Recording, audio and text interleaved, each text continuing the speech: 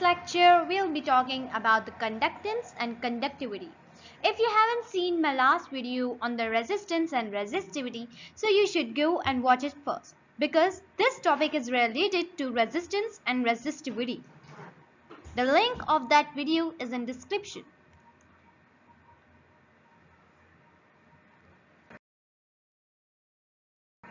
So first, conductance. The word explains itself. Conductance means absorption, the ability of absorption. Let's have an overview on its reciprocal of resistance. As we know, resistance is the property by which there is an opposition to the charges.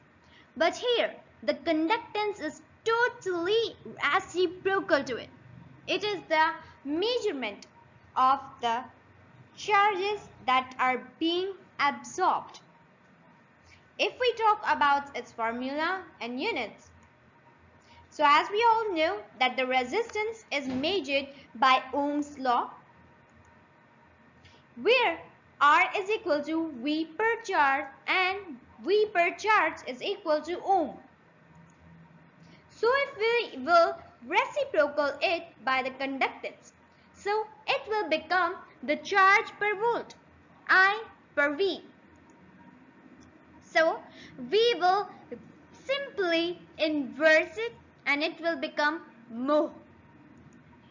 And here the charge per volt is equal to Simon. We can call it mho as well as Simon.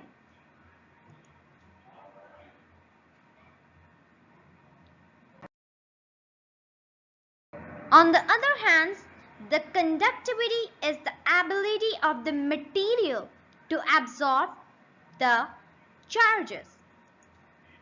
It is the reciprocal of the resistivity,